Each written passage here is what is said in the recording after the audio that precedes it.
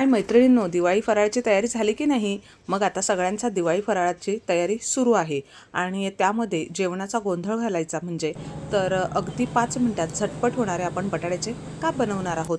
कारण हे टिफिनसाठी होतात, इव्हिनिंग स्नॅक्ससाठी होतात आणि मुलांना तर खूपच आवडीचे आहेत. आणि हो, हे तुम्ही उपवासाला सुद्धा खाऊ शकता, कारण यामध्ये जिरापूड, लाल तिखट, मीठ घातलं तर छान असे हे होतात.